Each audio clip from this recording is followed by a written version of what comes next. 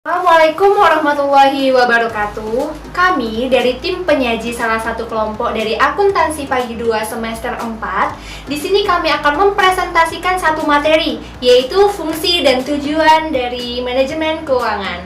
Nah, kelompok kami anggotakan saya, Anastasia Veronica Oscar, Jessica, Rodika Melinia, Sari Dewi Wardani, dan Yuli Fatmawati. Nah, untuk tidak memperpanjang waktu, mari saja kita mulai ke materinya.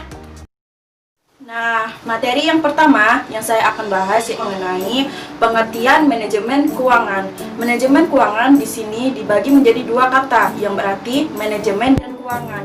Manajemen adalah suatu proses perencanaan, pengorganisasian, pengarahan, dan pengawasan terhadap sumber daya untuk mencapai suatu tujuan yang telah ditetapkan oleh perusahaan.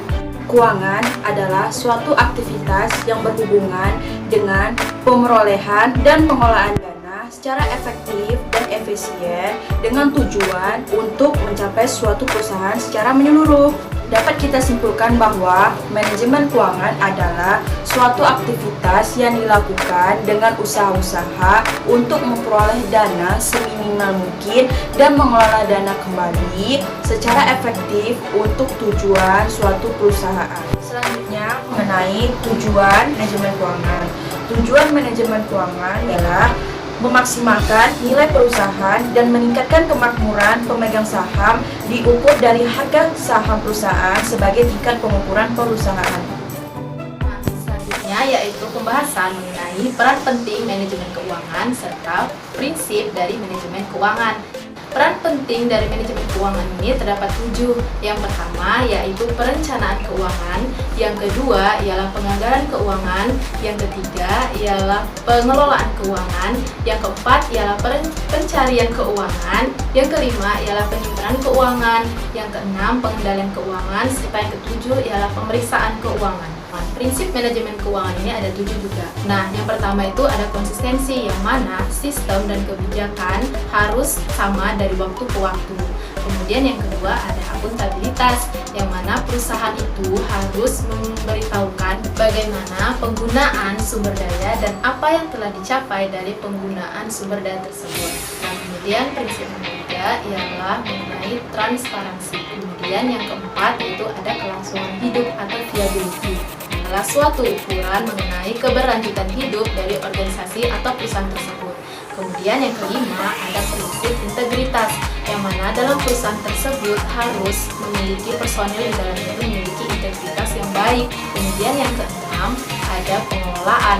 Kemudian prinsip yang terakhir yang ketujuh ialah mengenai standar akuntansi.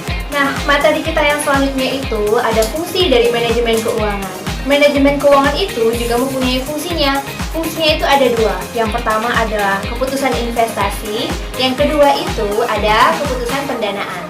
Dalam keputusan investasi atau yang kenal dengan investment decision itu mempunyai 4 metode. Nah, yang pertama itu ada average rate of return, adalah tingkat pengembalian rata-rata. Metode ini digunakan untuk menilai profitabilitas investasi. Lalu yang kedua itu ada net present value. Net present value ini adalah menghitung tingkat pengembalian investasi.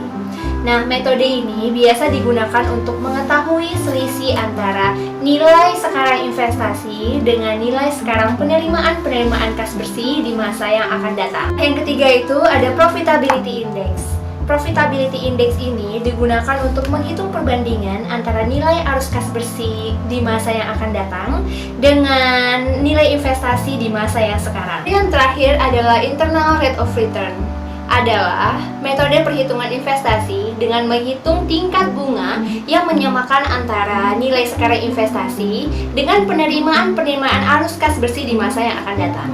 Selanjutnya, kita masuk pada fungsi manajemen keuangan yang kedua, yaitu keputusan pendanaan atau financing decision. Nah, keputusan pendanaan ini terbagi menjadi 2 lagi, yaitu sumber dana berdasarkan asalnya dan sumber dana berdasarkan jangka waktu. Nah, yang sumber dana berdasarkan asalnya ini terbagi menjadi 2, yaitu dari internal dan dari eksternal. Selanjutnya, sumber dana yang berdasarkan jangka waktunya itu terbagi menjadi 3, yaitu sumber dana jangka pendek, sumber dana jangka menengah, dan sumber dana jangka panjang. Nah, sekarang kita masuk ke pengertian dan tujuan perusahaan. Pengertian perusahaan itu sendiri adalah suatu lembaga ataupun organisasi yang bertujuan untuk memproduksi barang ataupun jasa yang mana tujuan utamanya itu untuk menghasilkan laba ataupun keuntungan. Nah, setiap dari manajemen perusahaan pasti menginginkan perusahaannya itu terus tetap berkelanjutan. Nah, di sini ada peranan dari manajemen keuangan dalam mengelola keuangannya agar tujuan dari perusahaan itu dapat tercapai. Berikut ada alur konsep peranan dari manajemen keuangan. Di sini ada 3 kotak. Nah, dari tiga kotak ini, arah panahnya bakal kembali lagi ke arah yang pertama.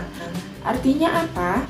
Di sini peran manajer keuangan ialah dia mencari dana dengan cara menjual surat berharga seperti obligasi, saham, atau dari meminjam ke lembaga keuangan. Nah, setelah dana itu didapatkan, dana itu dikelola secara efektif dan efisien untuk kegiatan operasional perusahaan. Nah, setelah dana itu diinvestasikan untuk kegiatan operasional perusahaan, diharapkan agar kegiatan yang dilakukan itu dapat memberikan dampak yang baik kepada perusahaan, yaitu mendapatkan laba. Nah, laba yang tadi dikelola oleh manajer keuangan, jadi untuk dikembalikan ataupun kita mulai mencari reinvestasi untuk mendanai kembali kegiatan operasional perusahaan yang telah kita rencanakan. Seperti itulah alur konsep dari manajemen keuangan. Nah, sekarang kita masuk ke jenis-jenis perusahaan. Di sini ada 3 jenis perusahaan yang menghasilkan laba, yaitu 1. Perusahaan jasa, perusahaan yang menjualkan jasanya kepada masyarakat ataupun konsumen.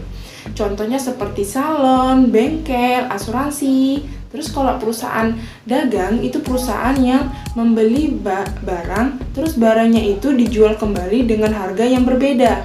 Contohnya seperti swalayan, supermarket, toko-toko kelontongan, seperti itu. Nah, yang terakhir itu ada perusahaan manufaktur. Perusahaan manufaktur itu perusahaan yang membeli bahan baku mentah, diolah menjadi barang setengah jadi, lalu ada pun perusahaan-perusahaan yang mengolahnya menjadi barang jadi.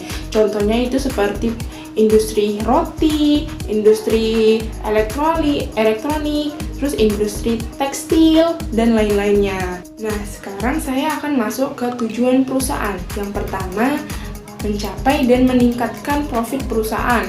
Yang kedua, mensejahterakan karyawannya.